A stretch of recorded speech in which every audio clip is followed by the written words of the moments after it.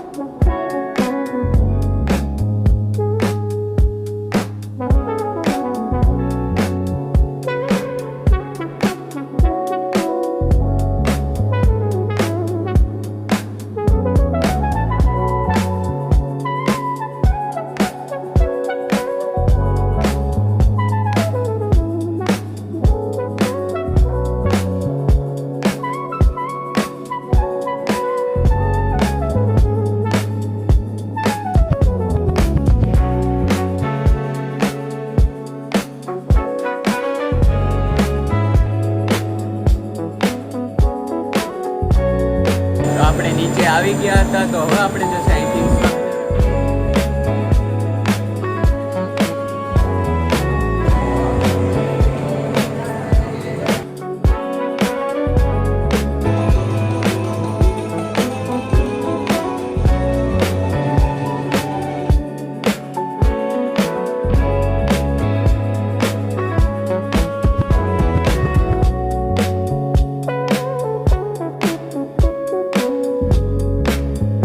ત્યારબાદ આપણે જતા હતા દેવળિયા પાર્ક. આગળ ભાઈ ગાડી ચલાવી રહ્યો છે, બાજુમાં કાનું છે, પાછળ માસી, મમ્મી અને હું. અમે બધા જતા હતા દેવળિયા પાર્ક.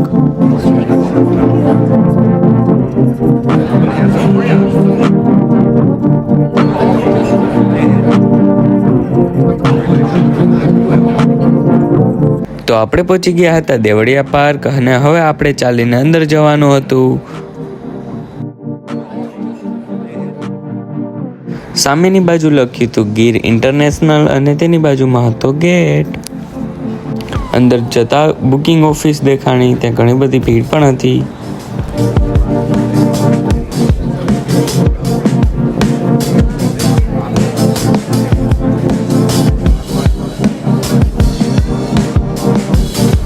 ભાઈ અને દીદી બંને બસની ટિકિટ લેતા હતા, એટલા માટે હું, માસી અને મમ્મી અમે ત્રણેય જતા હતા પાર્ક પાસે.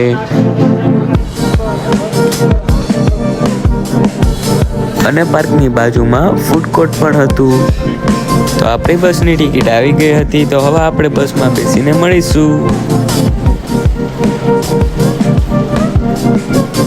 તો આપણે બસમાં બેસી ગયા હતા, અને આઈ થિંક વ્યૂ ખૂબ જ સુંદર દેખાતો હતો. તો હવે આપણે અંદર જવાનું છે, એટલા માટે હવે આપણે રાહ જોતા હતા કઈ બસ અંદર જાય, કઈ બસ અંદર જાય. તો લગભગ અંદર જ જવાની તૈયારીમાં હતી. તો હા, આગળ ગેટ આવી ગયો હતો. યપ, હવે આપણે ટૂંક સમયમાં અંદર મળીશું.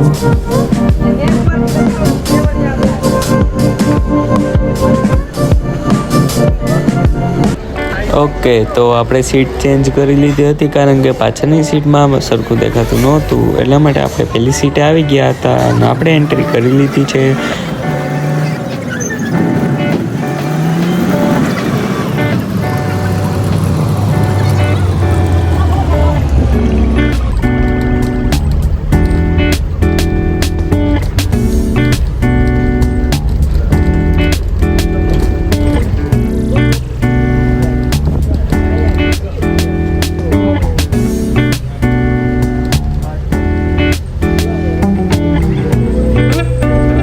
હજુ એન્ટર કરતા જ આપણને અહીંયા રોજડું એટલે કે નીલગાય પણ દેખાઈ ગઈ.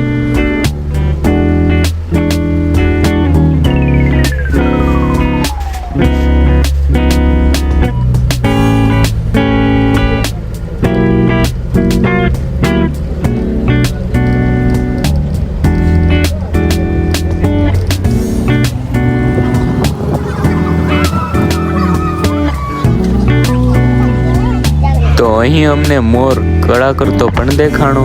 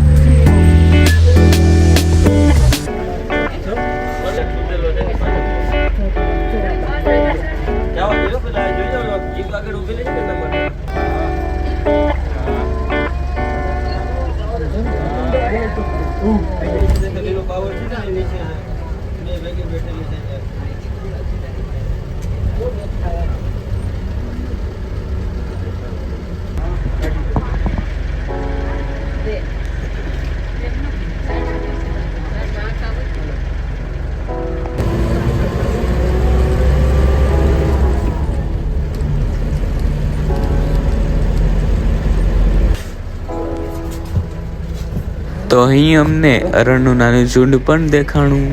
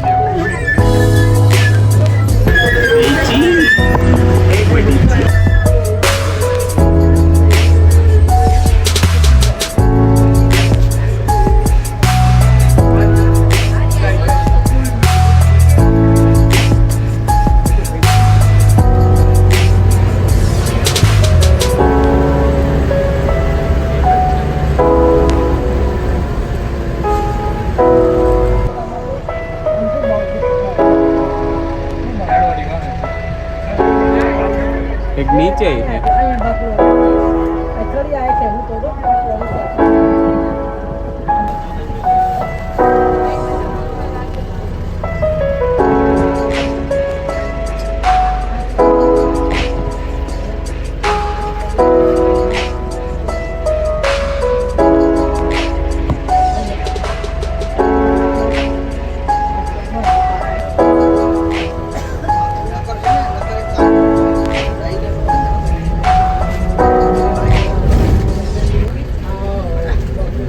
તો આપણે અંદરથી બહાર પાર્કમાં આવી ગયા હતા અને એવું લાગતું હતું કે આપણી એકની જ બસ છેલ્લી હતી, પણ નહીં, એવું ન હતું.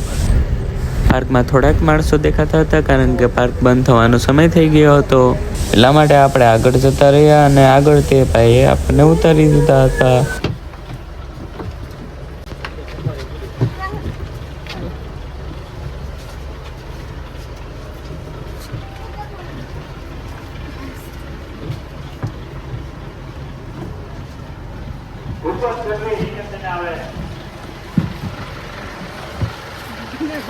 અમે લોકો બસમાંથી ઉતરી ગયા હતા અને સામેથી મમ્મી ચાલીને આવતી હતી અને હું તેની રાહ જોતો હતો કારણ કે આપણે જવાનું હતું બીજા લોકેશન પર. એટલા માટે આપણે હવે ગાડીમાં બેસીને જશી.